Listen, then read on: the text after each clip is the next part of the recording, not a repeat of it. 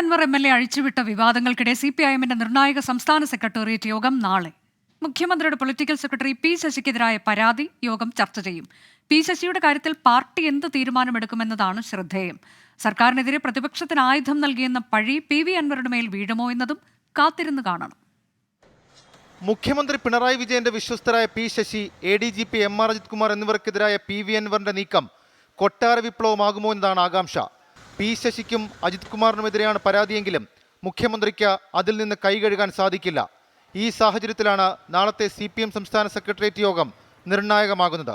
പരാതി പരിശോധിക്കുമെന്ന് CPM സംസ്ഥാന secretary MV ഗോവിന്ദനും LDF convener TP രാമകൃഷ്ണനും പറഞ്ഞതൊഴിച്ചാൽ അൻവറിന്റെ ആരോപണങ്ങളെ തള്ളുന്നതോ കൊള്ളുന്നതോ ആയ ശക്തമായ പ്രതികരണങ്ങളൊന്നും പാർട്ടിയിൽ നിന്ന് ഉണ്ടായിട്ടില്ല.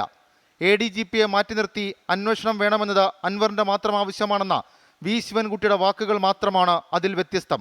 ADGPക്കെതിരെ വന്നിട്ടുള്ള കാര്യങ്ങളെ സംബന്ധിച്ചുകൊണ്ട് അന്വേഷിക്കാൻ വേണ്ടി അന്തസ്സായി തീരുമാനിച്ചിട്ടുണ്ട്. ആ അന്വേഷണം വരട്ടെ, തീരുമാനിക്കാം. ADGP ആ സ്ഥാനത്ത് നിർത്തി അന്വേഷിക്കുന്നത് ശരിയല്ല എന്നുള്ളത് ഇന്നലെ അൻവർ വ്യക്തമാക്കിയിട്ടുണ്ടായിരുന്നു. അല്ലാതെ അൻവറിന്റെ അഭിപ്രായം ഗവൺമെന്റ് പറഞ്ഞു കഴിഞ്ഞു. MV ഗോവിന്ദൻ അച്ചറക്കവാൾ വീശി വിശ്വസ്തനായ EP ജയരാജന്റെ LDF കൺവീനർ സ്ഥാനം തെറിപ്പിച്ചപ്പോൾ മുഖ്യമന്ത്രി മൗനത്തിലായിരുന്നു.